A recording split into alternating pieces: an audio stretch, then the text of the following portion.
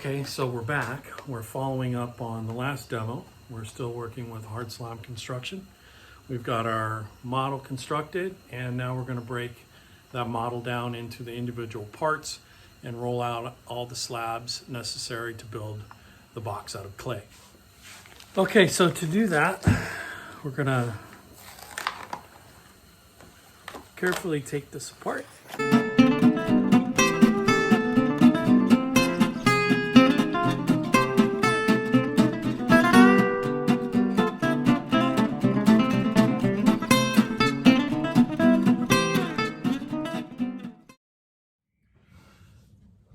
Okay, so before you roll out your slabs, you should lay out your templates so you have an idea of what you need in terms of square inches, if you will. It's a good idea to roll out all your slabs at one time. That way you don't have slabs that are drying before other slabs. And then when you put things together, things are shrinking at different times. So that can be a real problem. So if I lay everything out, then I have a really good idea of what I need in terms of square inches for my slabs. All right, so now we can roll them. Okay, so we're gonna need a few things to roll out our slabs. We're gonna need our clay, obviously. We need our templates, we've got those. A needle, a rib, rolling pin, shims, a beveler. These three things are optional, we'll talk about those in a minute. Then we're gonna need a brush, we're gonna need some slurry, and a fork to do the scoring with.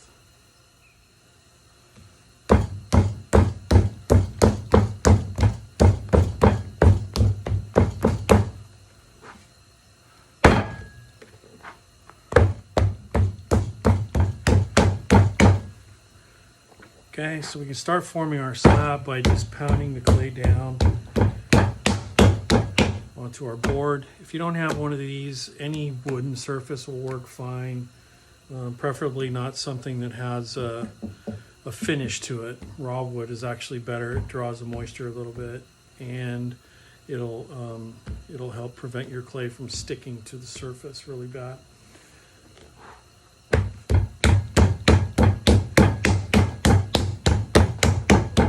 Okay, so once you kind of flatten it out a bit, then you can actually create a fairly even slab just by kind of tossing it down onto whatever surface you're working on.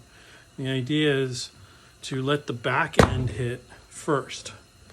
So if this end here hits first, it'll stick, and then by momentum, it'll stretch.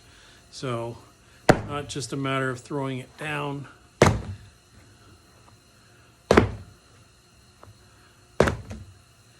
And then if we rotate, that'll help stretch it out nice and evenly.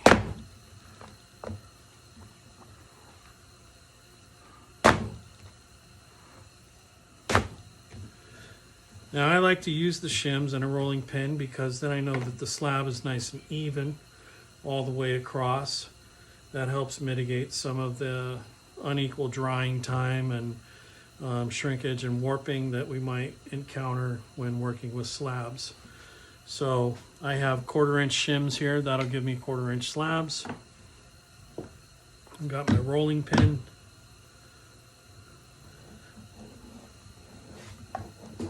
And you can see that that slab was pretty even already and close to the thickness that I want. If I pick it up and flip it over every time I roll, it won't stick to the board, and it'll be easier to roll it out. All right. And then I like to release the slab from the surface so that it doesn't stick, and that'll help with warping. And then if I want to get rid of that canvas texture, I can use my rib to smooth it out. This will also help with warping because I'm aligning the particles on the surface and compressing things down nicely. Okay. And then if I lift it up very carefully, And repeat that.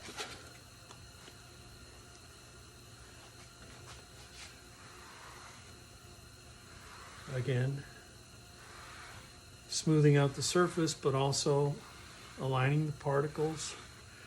It will reduce how much the clay shrinks, and it will help keep it nice and flat.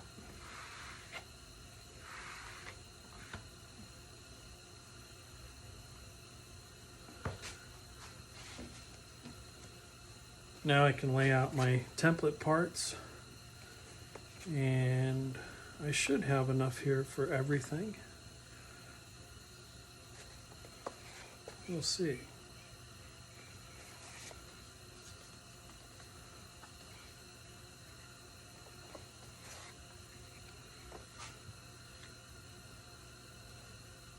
Beautiful. So now I can start cutting them out.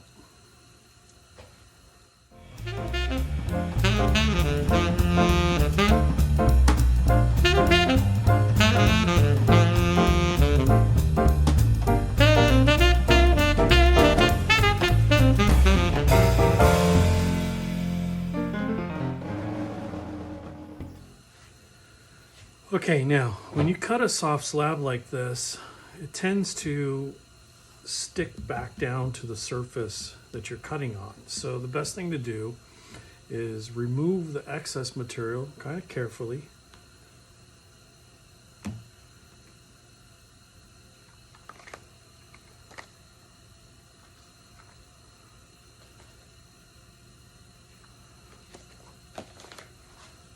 And then let the slabs that you've cut sit until they come loose on their own. When they come loose on their own, that means that it's probably closer to the leather hard stage. It's dried some, and it's actually shrinking away from the board, which is going to make it easier for you to handle them so that you don't bend them a lot. And the fact is if I try to peel this off of here right now, because it's stuck to the surface slightly, it will actually stretch that slab, so it won't fit my template part anymore, and that defeats the purpose of cutting the template in the first place. So the best thing to do is just leave it in this state, and once it dries, it'll shrink and pull away from the board, and as soon as it does that, that's a good time to start working with them. Okay, so now that they're leather hard, you can see that they're free from the surface that I cut them on. Okay, so I don't have to bend them to pick them up, which is good because clay has a flex memory, right? And so I'll demonstrate that. This is a slab that I just cut. It's nice and wet, and I have to peel it to get it off of the cutting surface, and I bent it in that process. Okay, now one would think, okay, no big deal, right? Just flatten it back out and let it dry, and you'll see, we'll come back to that slab later, and it will have curled back up on its own. Okay, and that's the last thing I want to happen when I'm working with slabs, especially if I want them nice and flat and straight. Okay, so the next step here would be to bevel or miter our edges so that when we put stuff together, we can create really nice 90-degree angles. Okay, and we have these beveling tools or mitering jigs that work really well for cutting all the edges into a 45-degree angle. So when we put them together, we get two 45s to make a nice 90. Okay, and they're really easy to use. You just lay the butt of the wood up against the edge of the slab, and you draw the wire through there like so.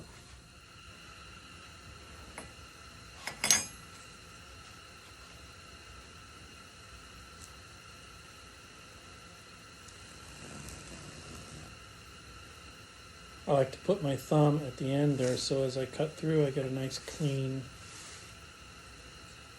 finish to my cut. If you don't do that, it can kind of chip out the end on you. And just rotate and do all of the edges of all your slabs. Like I said, we want to do everything in stages. So roll them, cut them, bevel them, and then start joining them. Okay, so earlier I mentioned that your beveling jig is an optional tool. It's really handy. They're easy to use. You have a couple different angles on there. You've got a 45, a 30, and a 60. But you don't have to have one of these to bevel those edges. You could use one of these Sureform shredders if you wanted. Drag that along there, cut it at a 90. Or if you don't have that, you do have your needle and a ruler. If I lay a ruler or a straight edge down like so, and I take my needle and I just cut across like this, I can achieve something that's going to be close enough to a 45 that when I do my luting, my scoring, and my slurrying, that should wash out any variation in that cut. All right. Okay, so now that I've beveled all my edges, I want to start joining stuff, and just a quick look at why we beveled those edges. So if you look here, now that I have these mitered in, when I put it together, it's going to form a really nice 90-degree angle, which is what I need because my box, although it's tapered top to bottom, is square all the way around.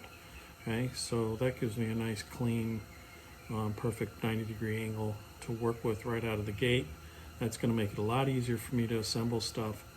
And then the beauty of having it mitered down is that all of the panels fit together end to end rather than trying to overlap. And that's going to throw all of your measurements off.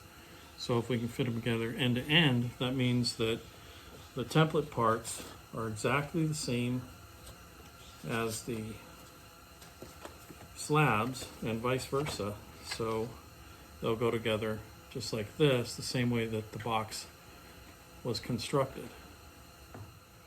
Okay, now you can see that I've moved the canvas board out of the way. I'm going to work directly on this wood surface.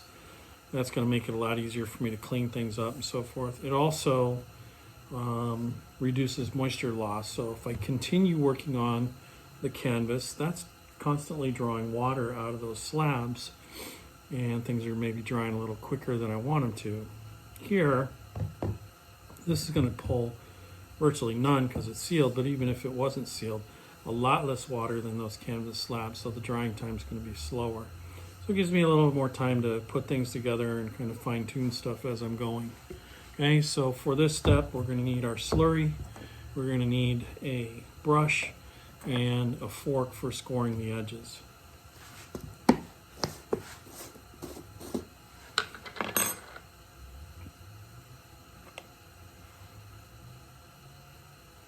I like to put 3 panels together when I first start. That way I have 3 different joints. They're all going to kind of line one another up, so I know that things are going the way that they should. I usually keep my template parts around just to make sure that things are fitting properly. And what we're going to do now is we're going to add slurry to all the edges that we're joining.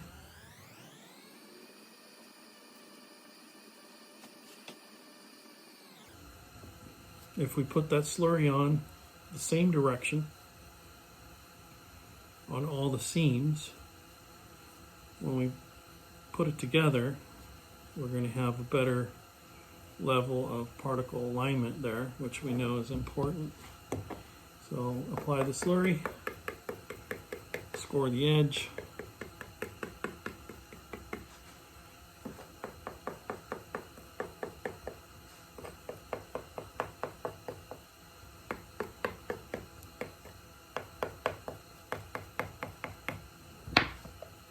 and I'll do this anywhere from once to 5 times, depending on how damp or dry my slabs are. If I'm working with something that's really leather hard, I will score and add slurry up to 5 times.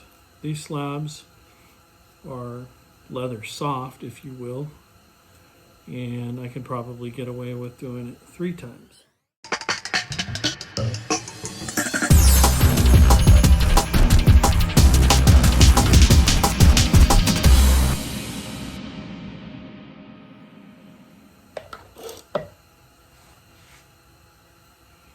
And those edges should be sufficiently luted. I will shimmy them together. Again, further increasing particle alignment, being sure to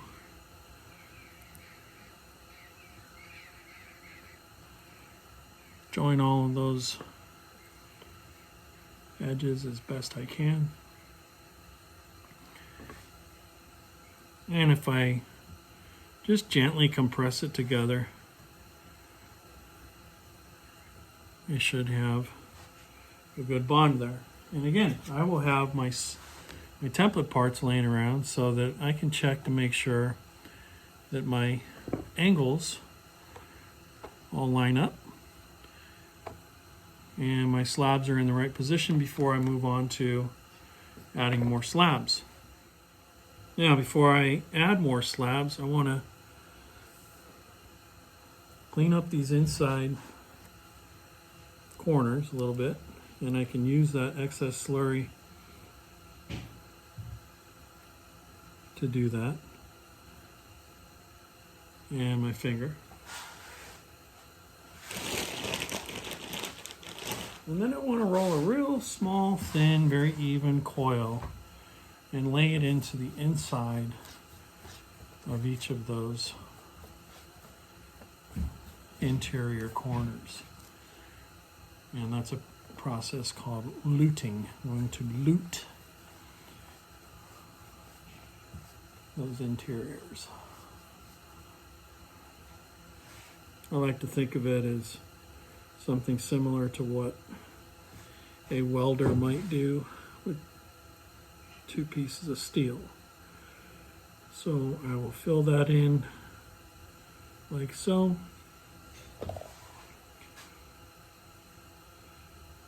Just the repetition of soft pressure. I don't want to push the slabs apart.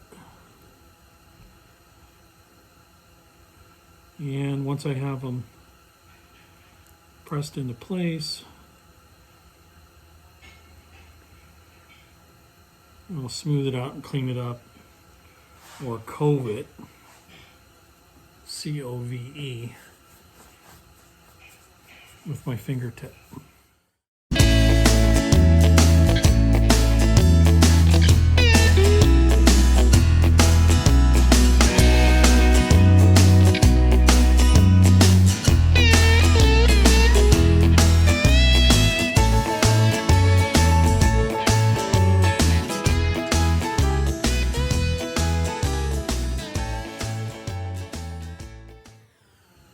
I'm going to use a nice, thin, evenly formed coil for that. Put too much clay in there, then you have thick corners that will dry slower than everything else. Unequal thickness means unequal or uneven drying, and we don't want to go there. Okay, and I will continue until all the panels are put together.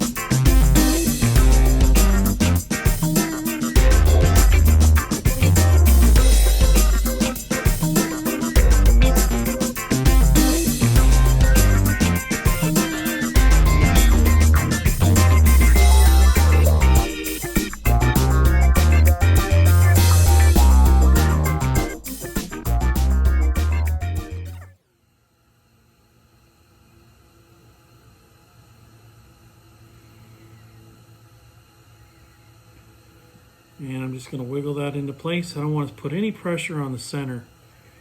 The center is going to want to sag a little bit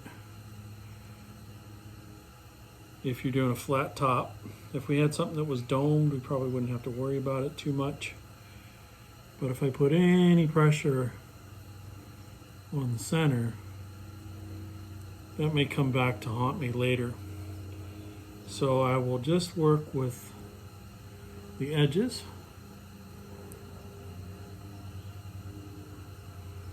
Press them down.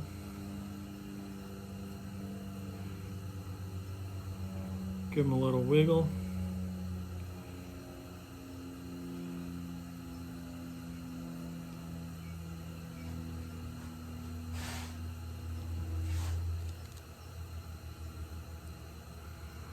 And make sure that all my seams are joined really well.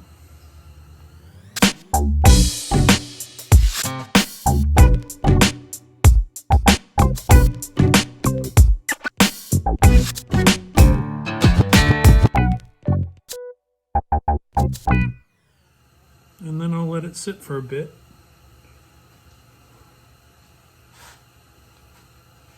And let it dry some before I go back and really fine tune it. And then I'll start decorating the surface. Okay, so I wanted to share with you our example of flex memory. If you recall yesterday, we talked about how you handle your slabs, and if you bend them when they're in the wet state, you can flatten them back out, but it's almost with 100% certainty that that slab is going to bend again. So here's that slab, and this is the one that we lifted off the board. As we did that, it curled.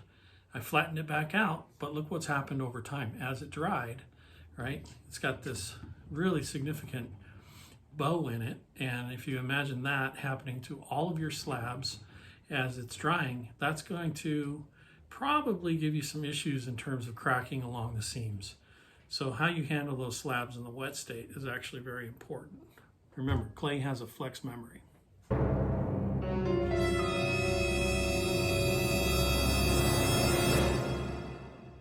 Okay, so here we are. My container is constructed. I've let it dry a little bit, and as you can see, it needs some cleanup work.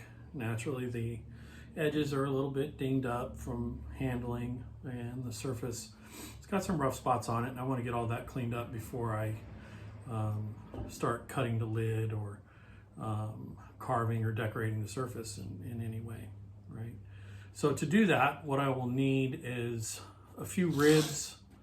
You could do all of this with a metal rib, but I like to have a few different ribs handy. These Cheryl Mud Tool little shredders are really nice. You can get something like this at Home Depot. It's just a small Sureform blade, and that works really good for cleaning stuff up. And then maybe a sponge and a little bit of water, okay? All right, so the idea is that I want to do any of the kind of heavy cleanup work first. So as I'm looking at it, I can see that like this corner here has got a little bit of a issue, right? For the most part, the rest of it's going to be pretty easy to clean up. So I'm just going to carefully flip it over. You should keep in mind that the slabs still have the ability to be moved around. The material is still malleable. So I want to be somewhat cautious with how I move it and how I handle it. So with the Sureform, I can just shave those edges down really quickly, like so, and really square things up nicely. You need to be somewhat cautious with these tools, as they will remove a lot more material than you realize. And if you get too carried away, then you have uneven thickness, and that could be a problem.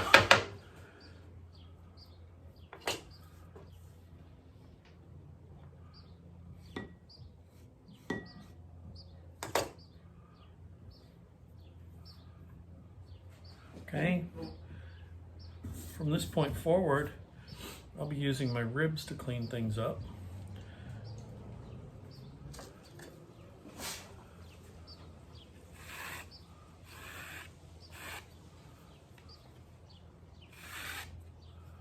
And so what I'm looking for are nice flat panels and clean, crisp edges. So it'll take a little bit of work, but if you do your due diligence here, that'll save you a lot of headaches later when it comes to decorating the surface, cutting your lid off, whatnot. You want to get all this stuff done before you move on to that part of the build, because it's awfully hard to clean up the surface after the fact. So if we can do it now, we might as well.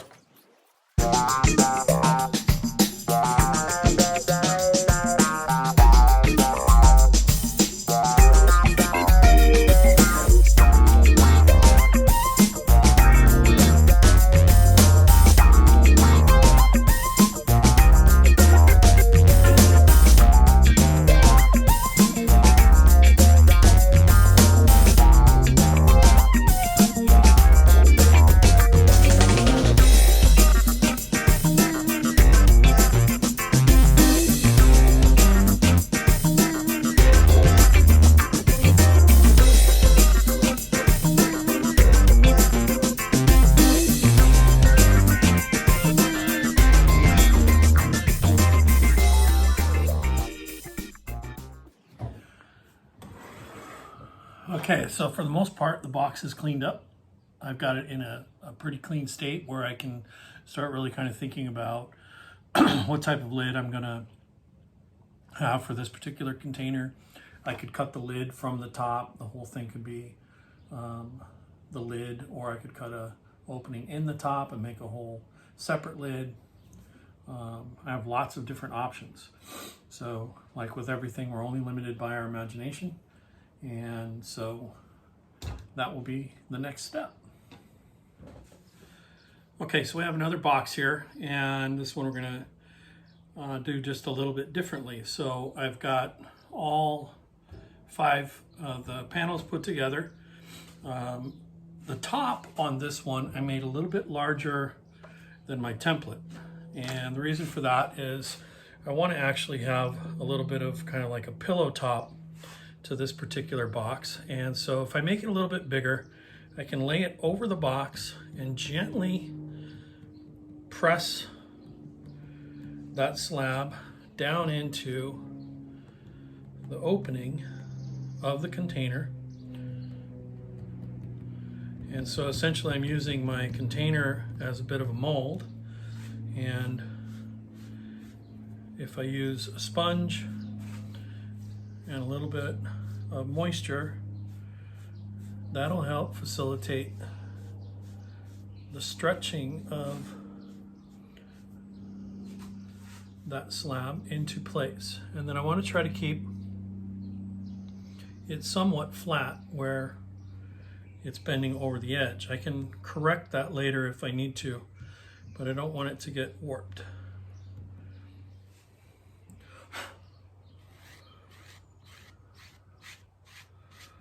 And I want to use equal pressure everywhere so that it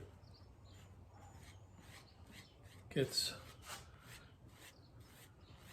bent equally.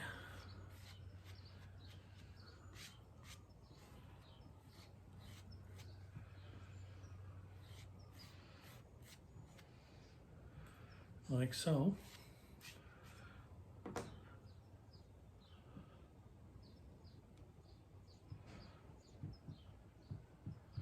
Now if I let that dry just a little bit like that, when I flip it over, it'll hold the shape really nicely.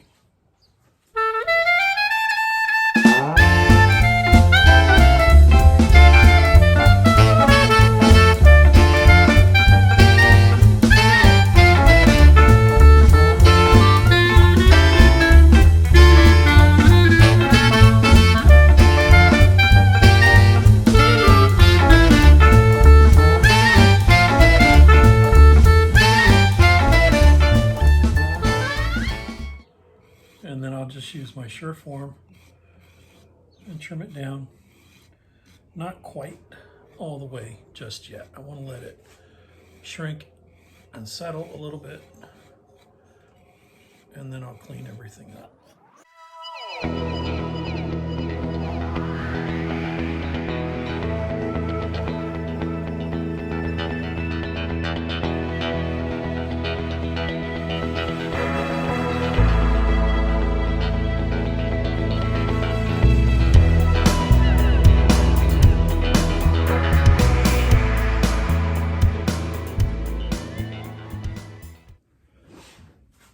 Okay, so now we have both of our boxes completely assembled. They're cleaned up, edges nice and crisp and sharp, panels flat and smooth. And from this point, we'll move on to cutting the lids, adding knobs, handles, feet, legs, all those other kind of formal or decorative embellishments. And we'll do that in our next video.